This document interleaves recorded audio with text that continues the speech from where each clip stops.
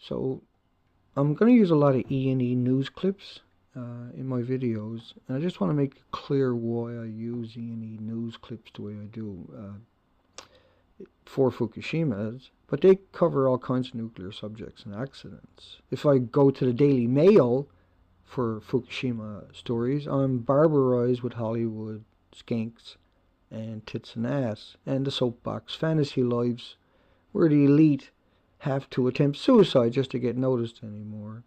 And if I go to the Huffington Post, it's a bimbo on a stick that tricks celebrities to write idiotic, insignificant, useless blogs for free so they can drag in people to be indoctrinated into hating Muslims. And they got the credibility of an old worn-out shoelace, and they're always pushing that never-ending inbreeding royal mood swings we're so sick of. If I go to the New York Times, I'm listening to Israeli think tanks talking puppets saying Iran is a threat to all life on Earth. It's going to make a nuclear bomb if we don't bomb them now. They never mentioned the USA has 49 bases on Iran's borders that are full of nuclear bombs to shut Israel up. And Iran is a caged butterfly. But the noise means lobbyists can keep the 49 military bases fully stocked and funded, and that's how the lobbyist gets paid. And that's how Israel, the fourth biggest weapons producer on Earth, can sell a few $billion worth of weapons that probably don't even exist. But the E&E News page is really no different than Drudge Report. It links you to all the same media. But E&E News only aggregates nuclear topics. Each page also has tons of links, and they will all link you to mainstream media. So it's a convenient place, well thought out, and the original is just a hyperlink away. It's useful. Sellafield, England was a topic, and so when I click on that, I get mainstream media.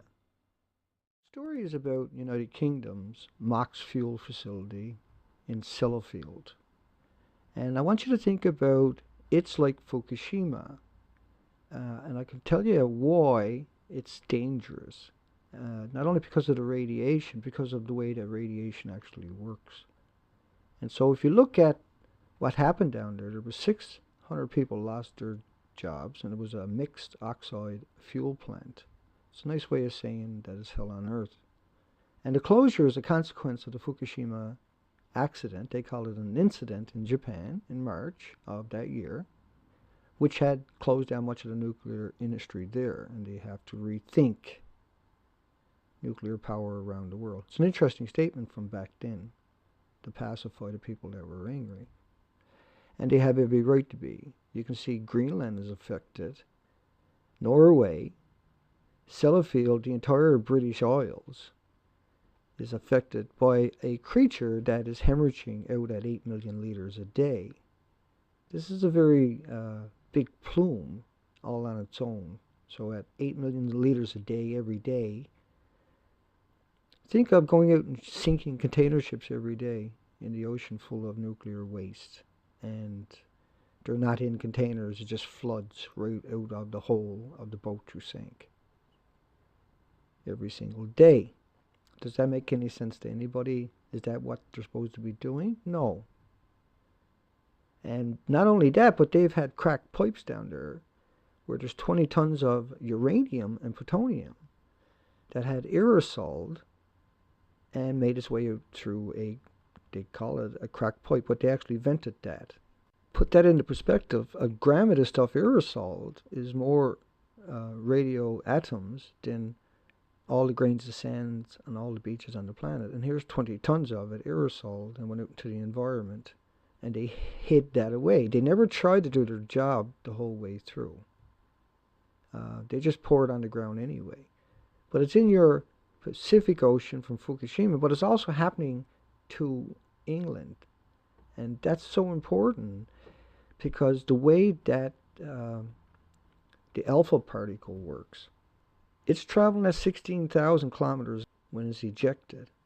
Now, a lot of people think about global warming as actual something they can see on a temperature, but these particles are measured by the speed that they make molecules move, which is what heating water does, but this is a whole different ball game.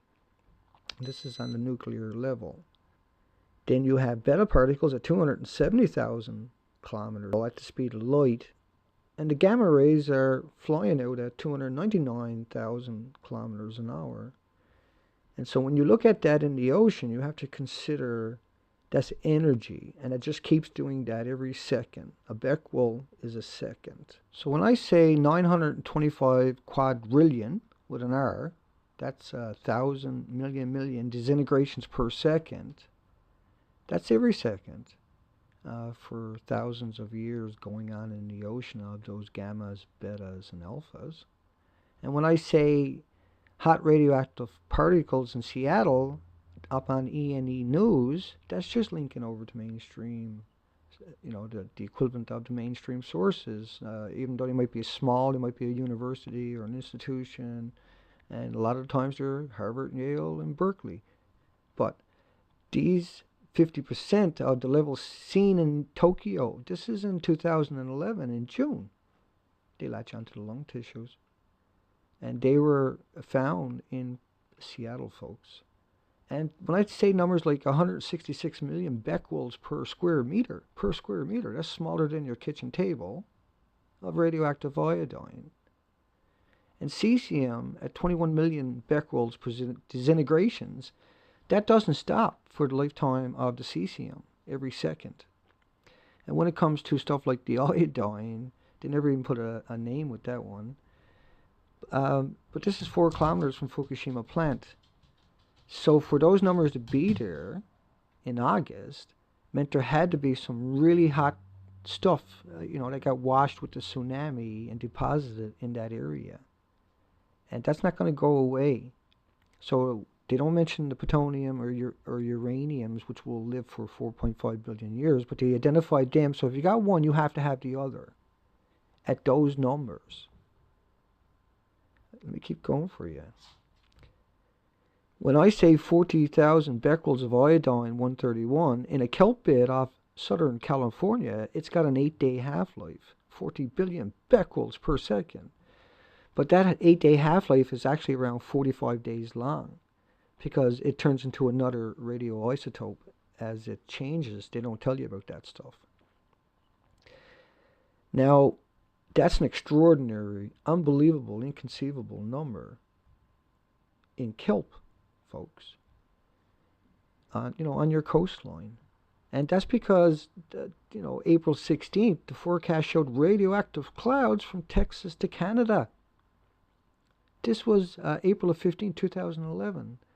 And when I show you that these astronomical numbers, like 1.4 trillion or billion becquerels a kilogram of the cobalt-60, but what about the plutonium and uranium being deposited and reconcentrated far away?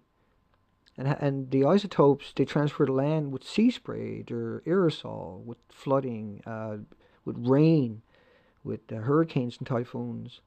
And you breed that stuff in. Fukushima radiation will be entering the Pacific Ocean for decades. There's no end in sight, and nobody has a solution. That's a staggering statement for 2013, just last month, folks.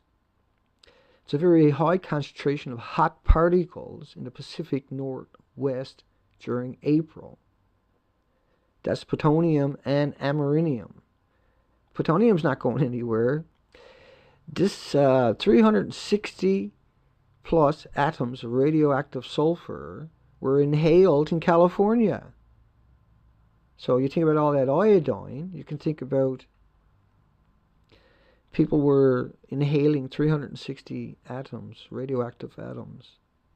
A gram of cesium, a gram of strontium, a gram of uranium, a gram of plutonium is producing the same amount of all the grains of sands and all the beaches on the planet. Each one of them are capable of that per gram. And we've had those 4 hydrogen explosions. We think one was a detonation according to what we learn. But that's a staggering number. 360 plus atoms in California, folks. And you can see the government's release now. This was a hidden animation that shows the ocean all on the US and the West Coast. Hammered by the end of March 2011. And uranium-234 was detected in Hawaii. That's the weaponized uranium, right? That's that little tiny amount, enriched uranium. The 99% left over is at 238.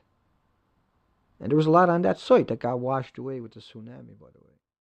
1,501 atoms of radioactive sulfur per meter. These are the buckyballs. I got a link below to those.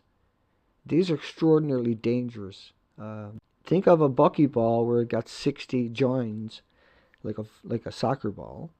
And in the center of it is this little tiny engine of uranium or strontium, plutonium. And so it can live for billions of years. And if you ingest it, and a lot of people did, it's guaranteed to give you cancer. As it looks right now from these numbers and everything you're seeing right here, right now, everybody in the Pacific Northwest, for sure, and on the Pacific coastlines of North America, got cancer in the next few years coming at them. That's a fact. It's a fact. And the fact is, they knew all of this, as I'm showing you right now, and they turned it into a state secret. A secret. Right? They hid this away on purpose. They turned it into a state secret so nobody was allowed to reveal what they were finding.